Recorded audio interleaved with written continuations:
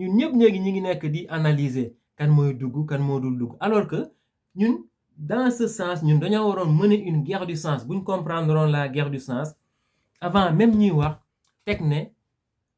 cohabitation day am si nii mbaa si nele même résultat bu génn gudd ñun tam la guerre du sens boobu lañu la si lañ waroon nekk quoi si côté boobu état d'esprit bu ñu war a nekk dans cette guerre du sens mooy comme état d'esprit bi sama benn côté askan bi am mooy feneen fi ma bokk rek mooy mooy ni ma leen di tooñee le peuple de la mer quoi sama mbokku lébu yi fële si Tëngéej am na benn koñ boo xam ne ñoom état d'esprit boobu lañ nekk te loolu c'est une guerre du sens boo xam ne dañ koy gagner chaque fois maanaam ñoom lu ñu lay tegal mooy dañ la naan surtout affaire nawetaan dañ la naan ñun bañ a gañee dañaa xeex bañ a gañee dañaa xeex mais loolu c'est un état d'esprit boo xam ne psychologique boo xam ne moom la ñuy tegal équipe yu ñuy dajeel yëpp te psychologiquement avant ngay commencer dañ lay gañe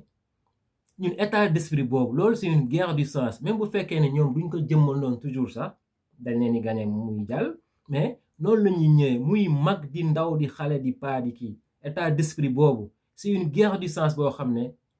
loolu la ñu war a inspiré woo loolu la ñu war a inspiré wu ci xeex bi par rapport ak ñiñ ko séqal état d'esprit boobu bañ la gañee dañaa xeex bañ la gañee dañaa xeex ak yow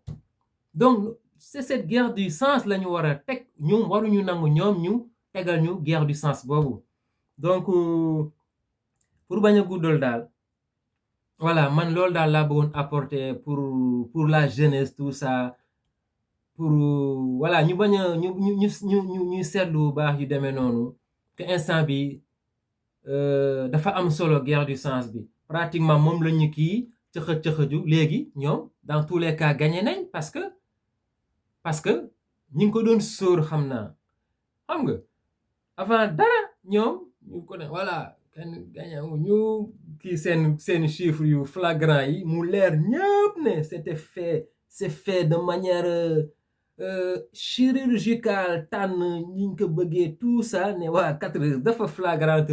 ruslu sax comme d'habitude ka ne am nañ 82 députés xam nga alors que 25 sax peut-être waruñ ko woon yeggu ka xam nga baa dérouler benn guerre du sens xaw ma ban de quelle naïveté gars yi sama gars yi nekk